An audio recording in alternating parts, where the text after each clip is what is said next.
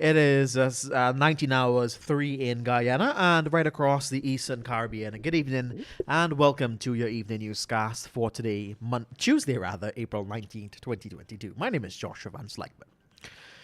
By the end of 2024, 2 years from now, ExxonMobil Guyana would have already recovered some $227 million for works to be executed 20 years into the future.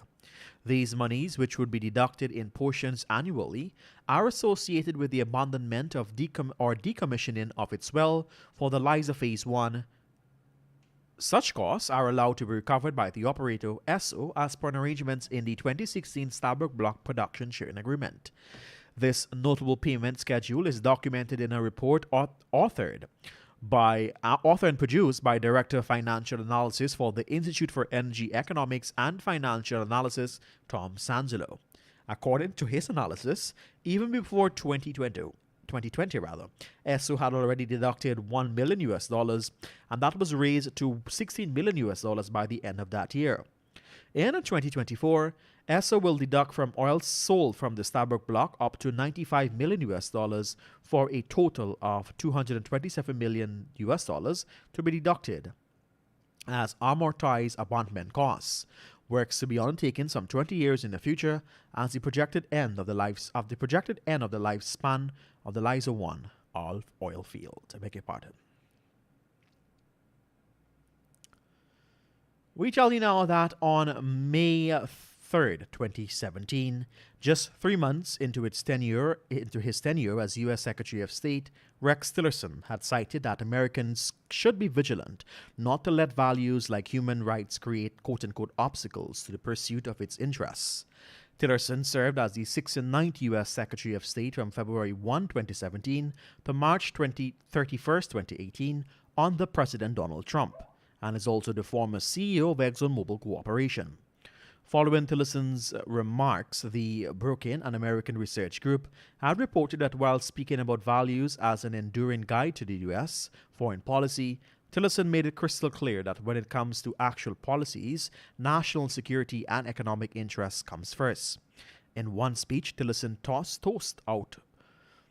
out over 4 decades of consensus that human rights and democracy are, 1, essentially components of U.S. national security and economic prosperity, and 2, not just American values but universal values that the United States, through its long and troubled history, has adopted as a North Star of national prestige and international legitimacy.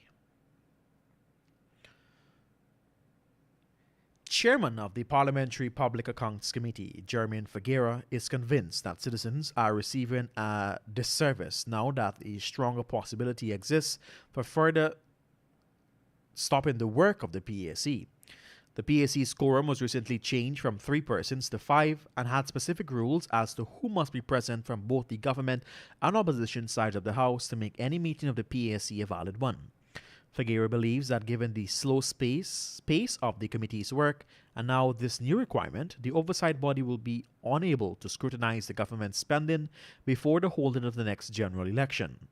Figueira in fact believes that it is the deliberate intention of the government to prevent these checks of its spending for this period in office.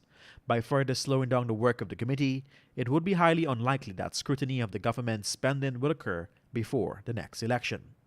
The PAC chairman explained that the current situation is very frustrating because while the opposition would like to get on with the work of the people, there is not much that could be done to force the attendance of any member.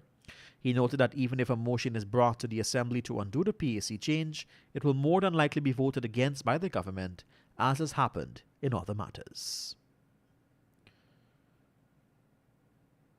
Following the allocations of house lots in Region 2, 4, 9, and 10 last year, the Ministry of Housing and Water, through the Central Housing and Planning Authority, is planning to spend some $1.6 billion on the infrastructural development works in those new housing areas this year. This was revealed during the weekly opening of tenders on Wednesday at the MPTAB office, where projects were opened for infrastructural works in areas such as Amelia's Ward Linden, Golden Grove and Diamond on the East Bank of Demerara, Lethem and Charity. From this year's budget, Senior Minister within the Office of the President with responsibility for finance, Dr. Ashni Singh, had announced that the sum of $12.4 billion has been allocated for the ministry to continue infrastructure works in the housing area.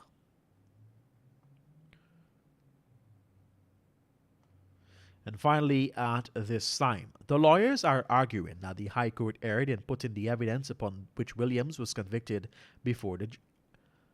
I beg your pardon, let's begin that story from the top. Trade unionist Michael Williams is appealing his rape conviction and subsequent life sentence before the Guyana Court of Appeal.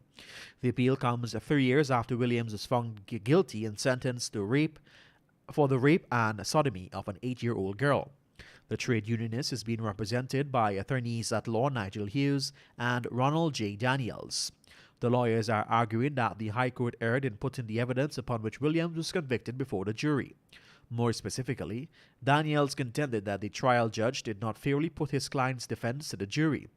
Daniels had argued that his client was not the one who had abused the girl, that 2 persons had guided the complainant to implicate his client to cover up for a 14-year-old boy who had actually committed the act. The Court of Appeal has concluded hearing arguments in the case and reserve a date to hand down its decision. And with that, we've come to the end of your evening newscast right here on Kaieteur Radio 99.1 and 99.5 FM. My name is Joshua Van Sleckman.